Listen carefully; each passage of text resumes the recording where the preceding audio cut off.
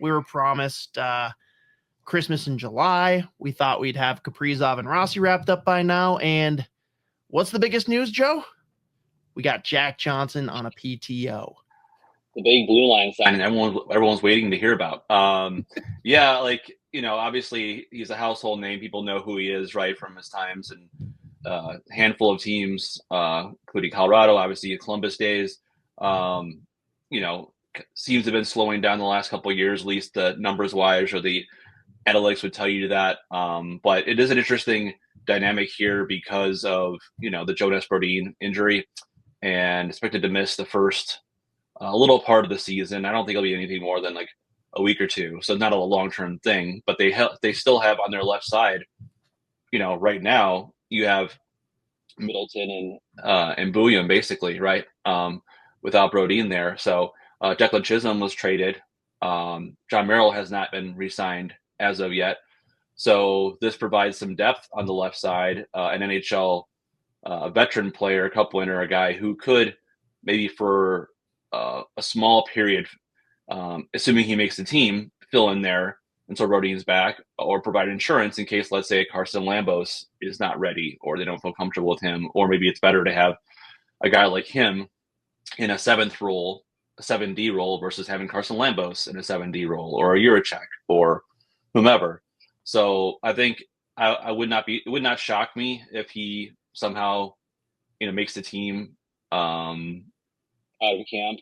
Not a disservice to anybody else as far as like Lambos is concerned, but we'll see how he does in preseason. But this provides some insurance there on a pretty cheap scenario. I mean, they haven't signed him yet, but like on the PTO, so let's see how he does, and then go from there. But yeah, that's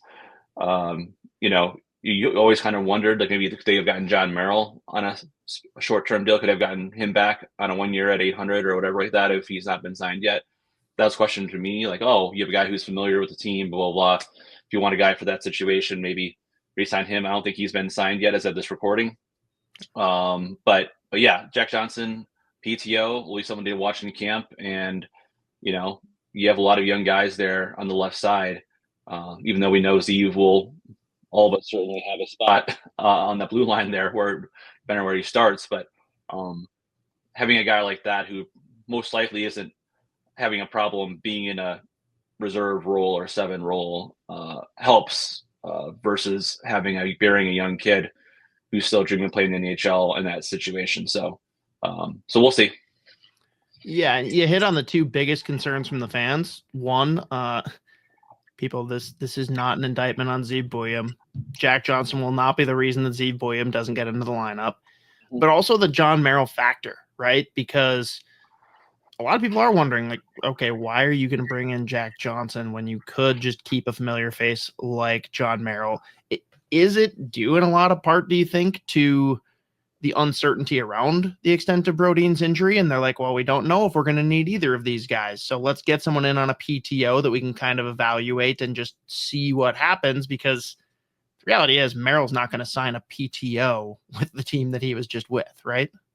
Yeah, and again, like if you have to, they already still have Zach Bogosian in contract, right? And so you're talking about kind of, not say burying, but having a guy of his stature be a potential 7th D role if you have the different lineup the way it could potentially look, especially if you want to get Juracek some playing time or whichever. So when Jonas Brodin is healthy,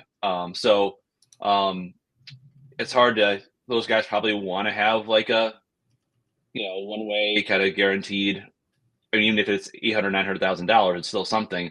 But I still thought maybe a guy like that was a chance that you could do that. Not say a PTO, but I mean, who knows? I mean, he doesn't have a contract yet, right? Like, you get down towards the end, you have guys who are looking for a spot in the camp to get a place at. And I know Bill Guerin doesn't usually do a lot of PTOs. I think he's of the belief that he doesn't want to waste anybody's time, or like, you have the guys you run with and, don't want to leave these guys to, leave to have a spot and then, no spot's really there available. But in this particular case, I think there is a spot available, at least for the short-term basis.